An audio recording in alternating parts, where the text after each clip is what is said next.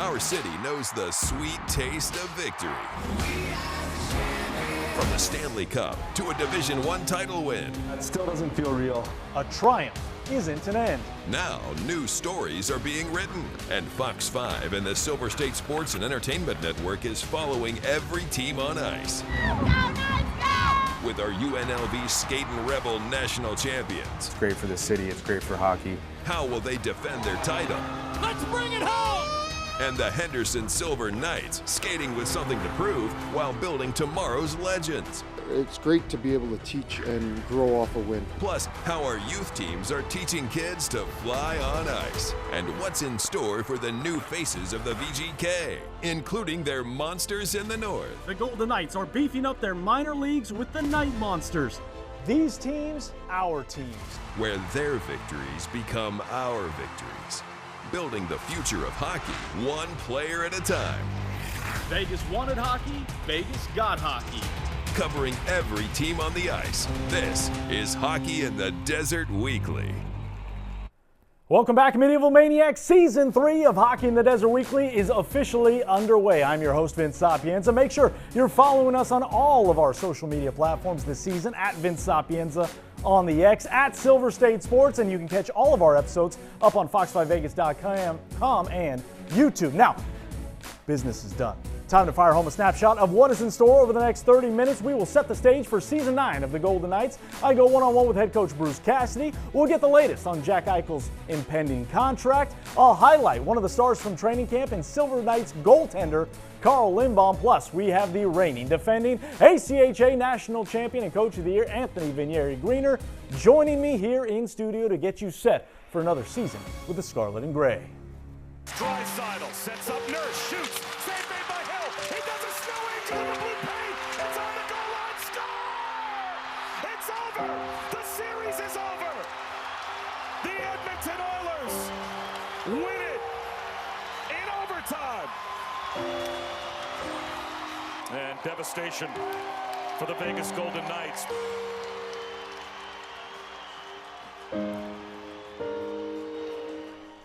6 months ago, the Golden Knights watched their season come to an end at the hands of a division rival for the second consecutive postseason. Scoring dried up when they needed it most. It's an area the team addressed in a massive way this past summer, and that was just one of the many topics I discussed with Vegas bench boss Bruce Cassidy prior to puck drop on Season 9. Rolling out of his reach on the side of the crease.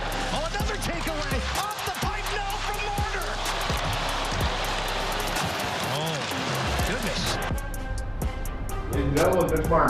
You want to be in a place where you want to win. That's the whole goal of why we do this.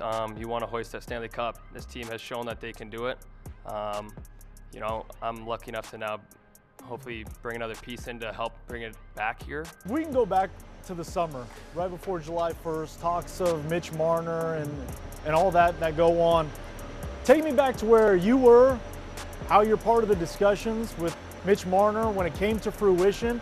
And what goes through your mind initially when a deal like that comes to fruition? Krim and I talk about players all the time. The deadline, you know, his name was getting thrown around. He might be on the move. I mean, there was Rand, and there's a lot of different names. So you're always sort of following the hockey talk, but there was nothing in depth from Krim until draft day, that whenever it was, like, listen, this may happen. So now the conversation starts about Four Nations interaction, coaching against him when I was in Boston, he was in Toronto, so we get a little more in depth. But Krim and his staff done a great job with that. They go about their business. Then when the coaches need to know, then we need to know.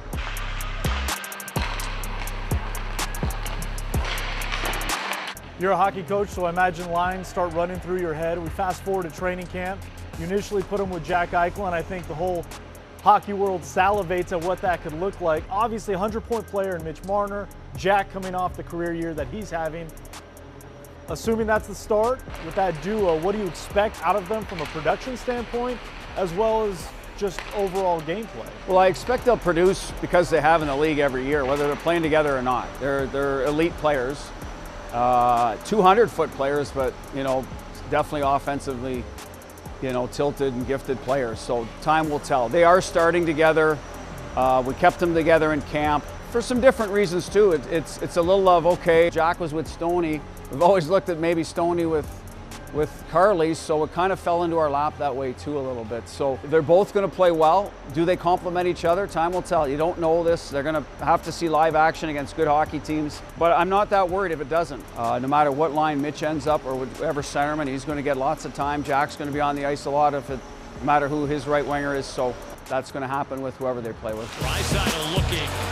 Backhands it down low. Puck holds it. To Arvidsson. A great save. Hell. Last summer, you told us going into the regular season, you challenged the group to be the best defensive team in the Pacific Division. I would imagine you want those goals to remain the same, but are there new challenges you present year in and year out to different groups? Yeah, we have to be that team, and sometimes you don't meet that challenge, but you end up second or right there, right? So I think it's more the mindset of, listen, we got to be hard to play against, keep the puck out of our net the nights it's not going in. That's what wins for in April and May. But on the flip side of that, we didn't score enough in the playoffs last year. With the personnel we have, how can we build more offense into our game? So that's been a primary focus in camp. Some of that is forecheck driven. When the rush game gets shut down, you have to dump pucks in or play behind the D. How do we get it back? And then what do we do when we get it back? And how quickly can we get it to the scoring area, the slot? So when I got here, we focused a lot on we're winning the D zone slot battle. That's going to be our identity. Now we have to sort of say, we got to win the O-zone slot battle. We got to have that mindset going so that we can win it at that end too. And that's been a little bit of the focus in camp. And I think we have lots of talent in the room. I think we have lots of competitive guys. So it's on us as a staff to make sure we build that in and get them to buy in that this is what it takes. They're a smart group. I think they will. But it'll be kind of a one day at a time sort of project. And hopefully by the end of the season, we're where we want to be in the standings and where we want to be with that part of our game. Now, it goes without saying, if the Golden Knights want to get back to where Cassidy is talking about, which is the top, they need this guy, Jack Eichel. But right now, Jack Eichel needs a new contract. He's in the final year of his current deal, which he signed with the Sabres back in 2017. Eichel is just one of many superstars around the league in the same boat looking for new deals. Some of the names include Artemi Panarin, Kyle Connor, and Adrian Kempe. Now, to complicate things a bit, Kirill Kaprizov reset the market for elite players, signing a historic $136 million deal, paying him $17 million per season. Connor McDavid, on the other hand, went a different route, leaving some money on the table to sign an extremely team-friendly 2-year contract worth $12.5 million per season. Prior to getting those deals done, we caught up with Golden Knights GM Kelly McCrimmon and Eichel during training camp. Jack is a priority. We have tremendous regard for the player, what he's meant to our organization. I think he feels the organization's been very good for him as well, and we'll continue to have dialogue. When we have news, we'll let you know. Obviously love it here in Vegas and this organization and the people involved in it. From ownership to down through all our training staff and everyone you work with on a day-to-day basis. The community's been great to me. I love living here.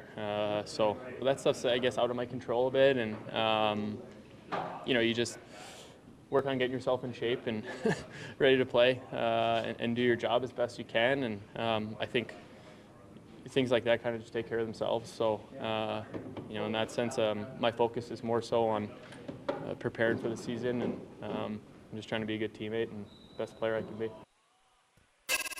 Now, prior to the start of the regular season, the Golden Knights needed to get their roster size down to 23 players. That created a few tough decisions, one of which was trying to sneak Cole Schwindt through waivers. However, the Florida Panthers pounced all over that one, claiming the 24-year-old just days before the start of the regular season. Schwindt returns to Sunrise, where he was taken in the third round of the 2019 NHL Draft. Ironically, he was part of the Panthers trade package to Calgary that helped Florida land Matthew Tkachuk. Vegas claimed Schwindt off waivers last October from the Flames. He played in 42 games for the Golden Knights, scoring a goal and adding 7 assists.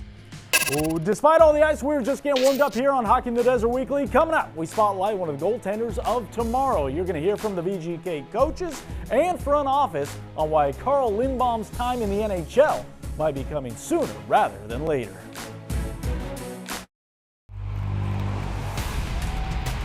You're watching Hockey in the Desert Weekly. 2-on-1. Left wing, Klapko working in. Shot saved by Lindbaum. Here's on a Vinen. Right circle shot. Stopped by Lindbaum. Corner looking for options. Feeds the slot. Solovyov, a shot, a save made by Lindbaum. Honzik on the rush with Bishop. Here's Honzik breaking in. And save made with the right pad by Lindbaum.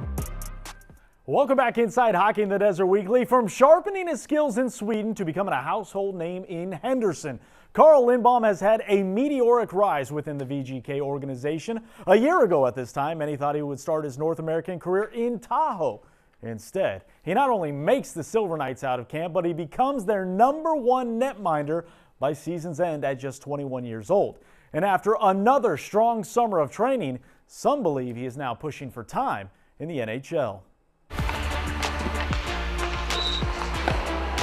From rookie camp to training camp, Carl Lindbaum continues to be a topic of conversation for coaches. Picked up right where he left off last season. So Carl's been through this before. This was a bit of his coming out party last year at this tournament with the way he played.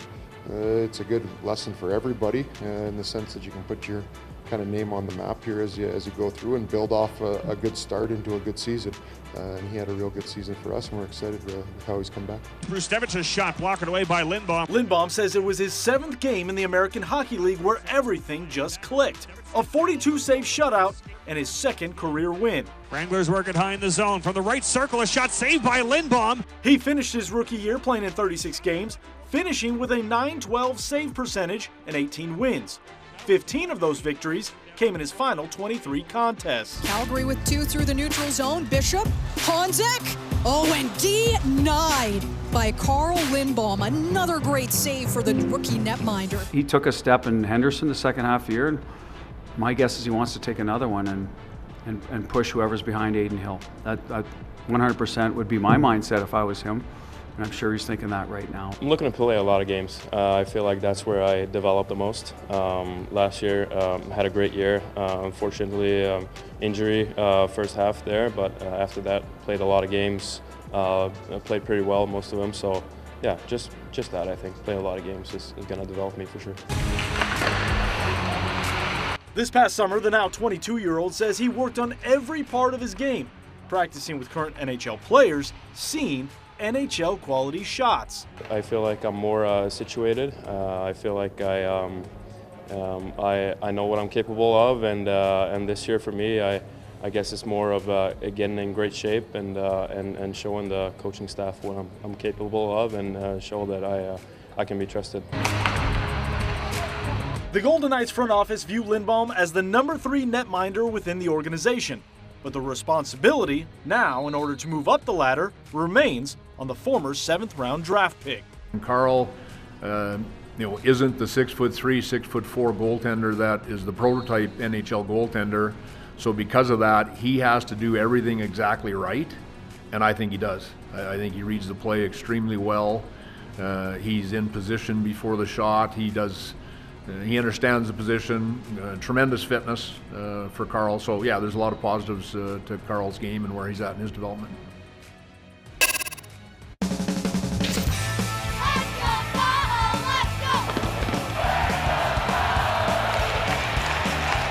Shot taken. Score! I thought we got up to a great start at home. Gave guys confidence. Early in the season, we've developed the guys that Vegas have looked for us to develop. Score! It's a natural hat trick for Simon Bernard. Capcheck 1-0 with the game on his stick. He scores! And yet we still won hockey games to take care of what we need to do in terms of just making sure we're a winning hockey team.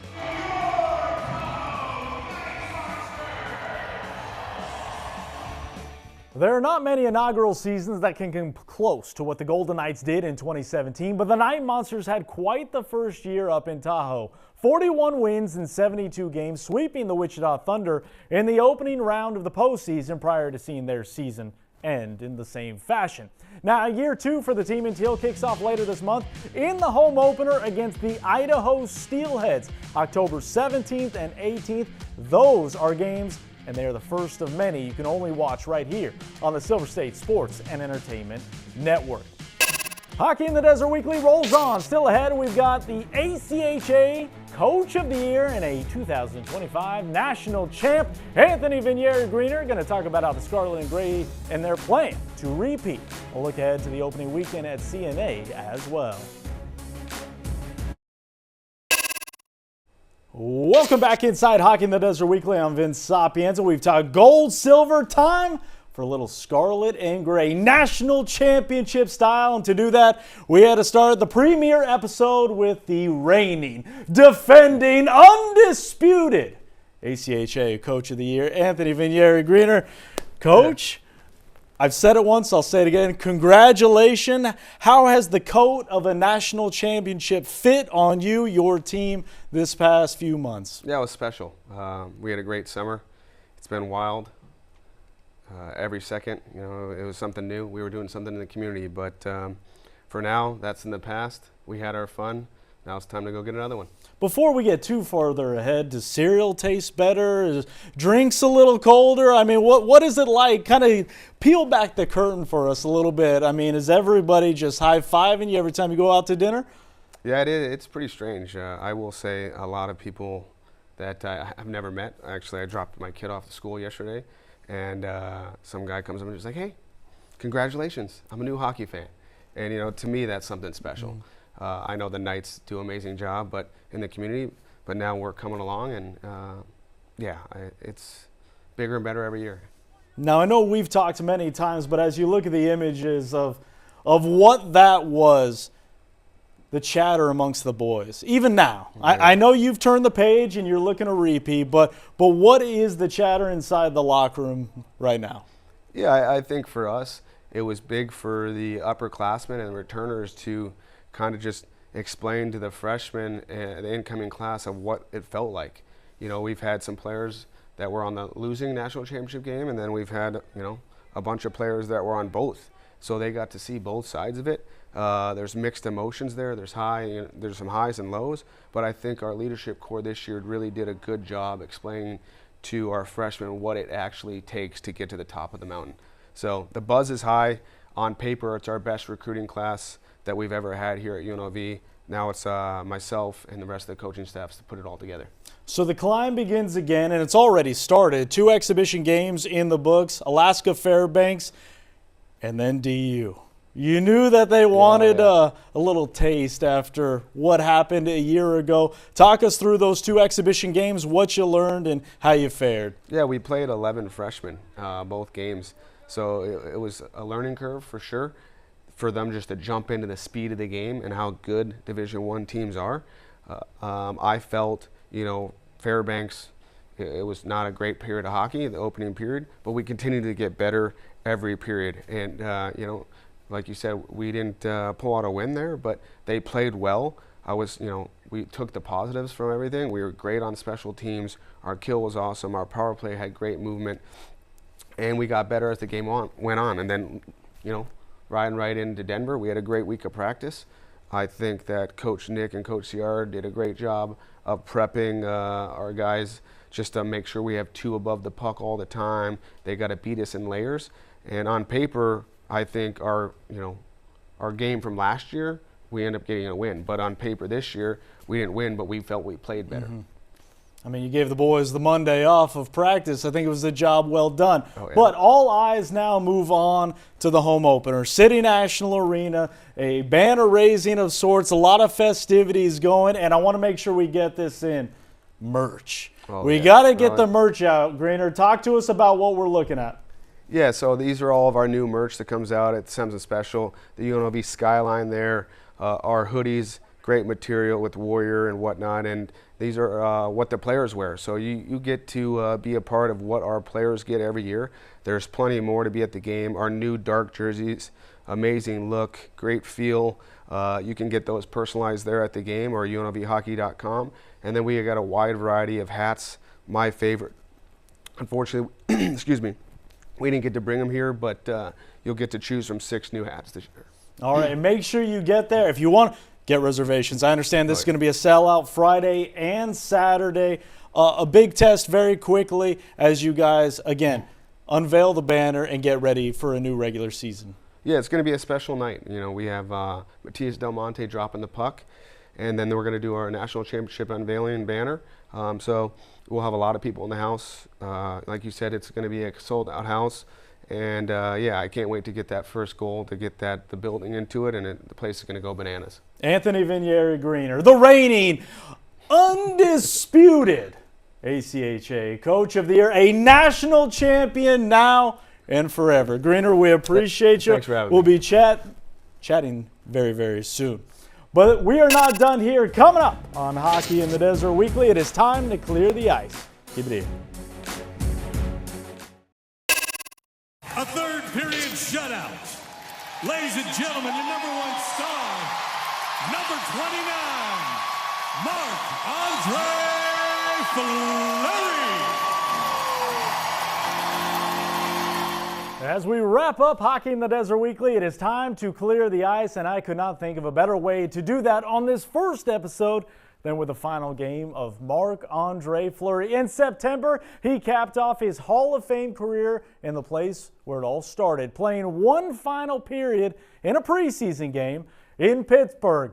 The Flower, who played 21 NHL seasons, winning 3 cups, 575 games won, and finishing with 76 shutouts and 27,188 saves made.